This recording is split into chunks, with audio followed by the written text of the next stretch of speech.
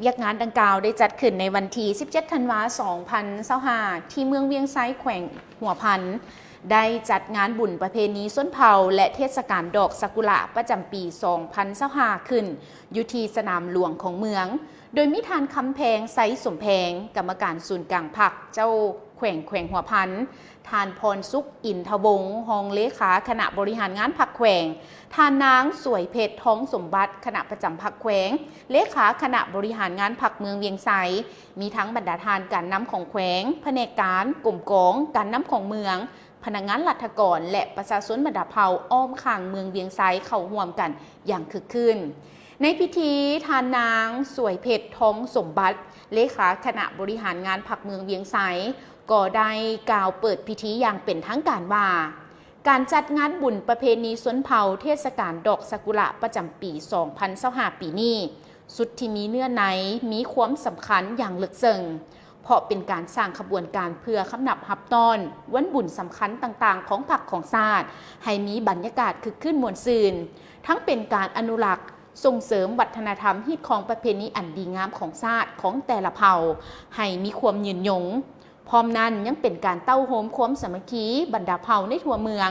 ให้มีความนักแน่นเข้มแข็งทั้งเป็นการส่งเสริมเวียกงานท่องเที่ยวอยู่ที่เมืองเวียงไซให้กว้างขวางดึงดูดนักท่องเที่ยวทั้งภายในและต่างประเทศเข้ามาเที่ยวชม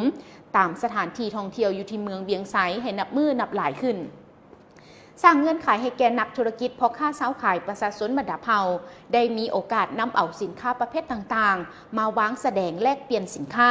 และก็ซื้อขายเฮ็ดให้เมืองมีรายรับเพิ่มขึ้นเรื่อยๆนั่นเองและงานบุญประเพณีส้นเผาและเทศกาลดอกซากุระประจำปี 2025 อยู่เมืองเวียงไซประกอบด้วยบรรดากิจกรรมการแข่งขันกีฬาพื้นเมืองเป็นต้นก็แมนกีฬาต่อแล่และก็ต่อขางม่งบานทรงยิงสายกีฬายิงหนาเก็กหับสมเบิงเป็นศิลปะวรรณคดีก็คือบทฟ้อนห้องเพลงขับลำท้องถิ่นตีข้องตีกองและกิจกรรมโยนหมักขอนพิธีการสู่ขวัญของหาเผ่าในทั่วเมืองพร้อมนี้ยังจะมีการวางแสดงสินค้าพื้นเมืองนิทรรศการเที่ยวชมดอกซากุระส่วนมิตรภาพลาวญี่ปุ่นเที่ยวชมเขตอนุสรณ์สถานเมืองเวียงไซและสถานที่ท่องเที่ยวต่างๆตื่มอีก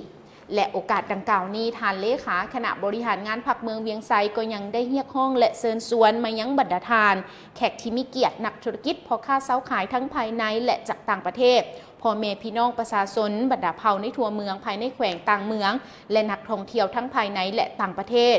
จงพร้อมกันประกอบส่วนเขาในการสมเสียสร้างบรรยากาศให้มีความคึกคืนมวลซื่นและรับประกันความสงบปลอดภัยให้แก่งานบุญของเมืองครั้งนี้ด้วย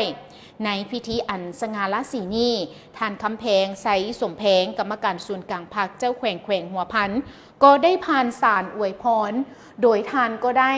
แสดงความย่องยอสมเสยต่อบรรดาผลงานที่คณะพรรคอำนาจการปกครองและประชาชนบรรดาเผ่า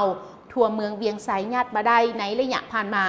พร้อมทั้งเรียกร้องให้แก่ทุกภาคส่วนสืบต่อสร้างผลงานให้ยิ่งใหญ่ขึ้นไปเรื่อยๆโดยเฉพาะเป็นการรับประกันทางด้านการเมืองความสงบสุขทั่วปวงชนความสามัคคีบรรดาเผ่า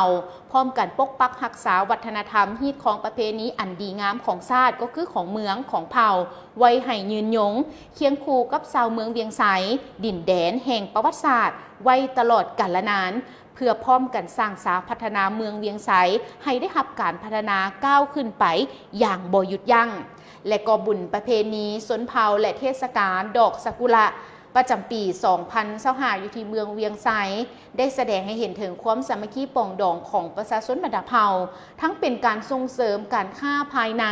ประชาสัมพันธ์ดึงดูดนักท่องเที่ยวทั้งภายในและต่างประเทศเข้ามาเที่ยวชมเมืองเวียงไซให้หลายขึ้นและงานดังกล่าวนี้นะคะผู้ชมจะได้มีการจัดขึ้น3วันนั่นเองเริ่มต้นก็คือเริ่มต้นในวันที่17จนไปถึงวันที่19ธันวาคม2025นี้ก็จะได้มีการปิดลงนั่นเองและนี่ก็ถือได้ว่าเป็นภาพบรรยากาศสำหรับมือเปิดงานอย่างเป็นทางการก็คือมือทำอิฐนั่นเองและนี่ก็ถือได้ว่าเป็นทั้งภาพบรรยากาศและข้อมูลเนื้อในข่าวสารครั้งนี้ที่ได้นำมารายงานทั้งหมดก็ต้องขอบใจทั้งภาพและข่าวครั้งนี้จากไอแก้ว